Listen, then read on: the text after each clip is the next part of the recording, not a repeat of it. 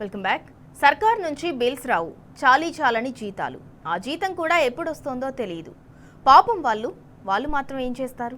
ఆడాయిడా అప్పులు చేసి మరీ పిల్లల కడుపు నింపుతున్నారు మిడ్ డే మీల్స్ ఏజెంట్లు. పెరిగిన ధరలకు అనుగుణంగా ఛార్జీలను పెంచాల్సిన ప్రభుత్వం మంచి మొద్దునిద్రలో ఉంది.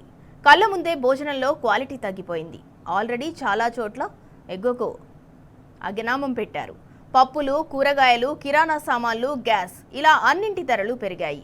అయినా ఈ ప్రభుత్వం మాత్రం ఛార్జీలు పెంచట్లేదు. పాపం మిడ్ డే మీల్స్ ఏజెన్సీ వాళ్లకు ఏడుపొక్కటే తక్కువ.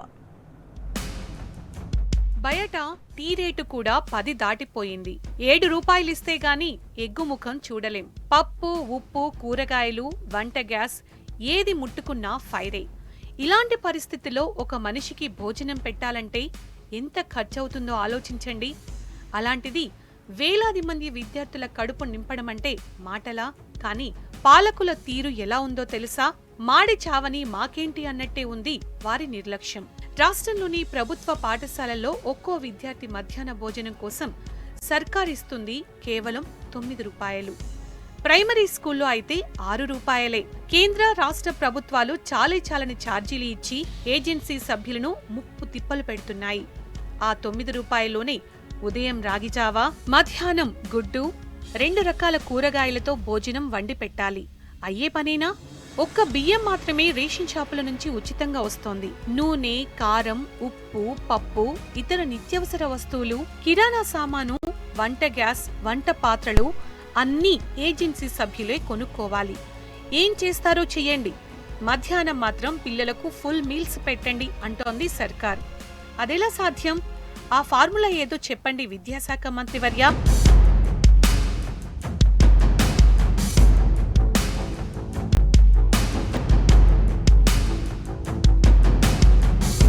ధరలు పెరిగితే ఛార్జీలు కూడా పెంచాలి కదా, లేదంటే ప్లేటులోకి ఫుడ్ ఎలా వస్తుంది?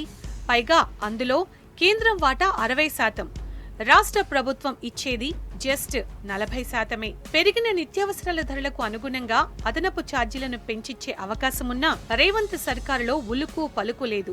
మనం మాత్రం ఇంట్లో వేడివేడిగా పూరీలు చేసుకు తిందాం, విద్యార్థులు ఆకలితో చస్తే నాకేంటి అన్నట్టుంది ముఖ్యమంత్రి అహంకారం. వరుసగా గురుకులాల్లో విషాహార ఘటనలు జరుగుతుంటే పట్టించుకుందా ఈ ప్రభుత్వం?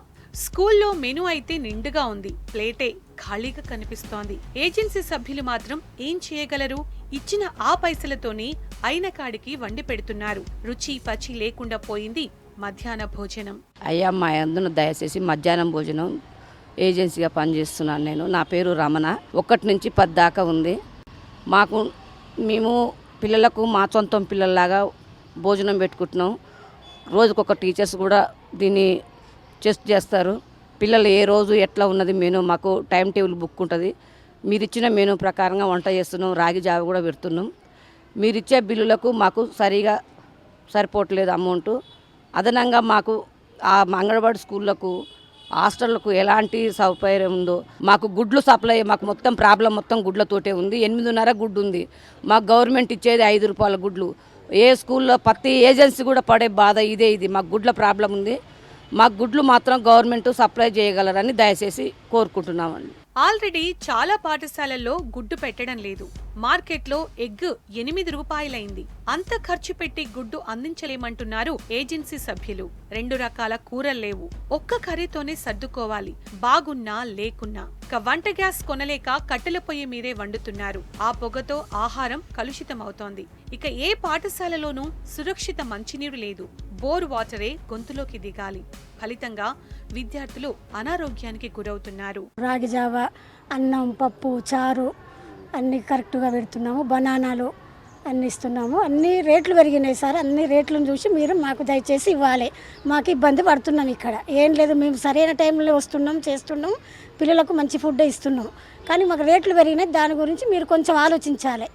జరేసి మంత్రులు కానీ ఎవరో దీనికి రెస్పాన్స్ అవుతారో వాళ్ళకి విన్నపం చేస్తున్నా నేను. మిడ్ డే మీల్స్ బిల్లులు కూడా 6 నెలలకు ఒకసారి ఇస్తున్నారని ఏజెన్సీ నిర్వాహకులు వాపోతున్నారు. ఇక జీతాల పరిస్థితి అగమ్య గోచరమే అంటున్నారు. నెలకు 5,000 మాత్రమే ఇస్తున్నారని చెప్తున్నారు. అది కూడా 6 నెలలకు ఒకసారే. ఆ గుడ్డు రేటు పెరిగింది, గ్యాస్కు 1100 అయినాయి, కూరగాయలకు కేజీ 60 రూపాయలు అయినాయి, మాకు ఎట్లనన్నా దయచేసి కూరగాయల గుడ్లు గ్యాస్ గవర్నమెంట్ ఇచ్చేటట్టు చేయండి సార్. మాకు చాలా ఇబ్బందులు ఉన్నాయి సార్. మేము గ్యాస్ బుక్ చేయడానికి పోతే కూడా నిన్న చాలా ఇబ్బంది పెట్టిర్రు.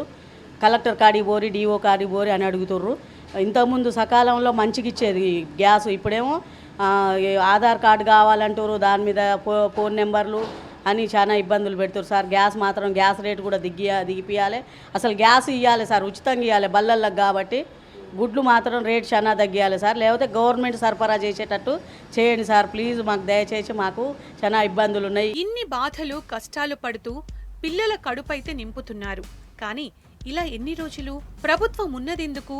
విద్యాశాఖను తన చేతిలోనే పెట్టుకున్నాడు రేవంత్. మరేం చేస్తున్నాడు? పిల్లలు ఆకలికి అలమటించిపోతుంటే అయ్యో పాపం అనడా?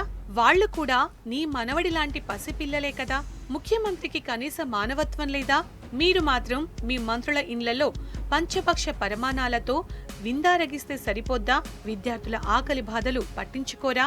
ఇప్పటికైనా కళ్ళు తెరవండి. పిల్లల భోజనానికి డబ్బులివ్వండి. ఏజెన్సీ వాళ్ళ ఛార్జీలు పెంచండి. లేకపోతే ఏం జరుగుతుందో తెలుసుగా.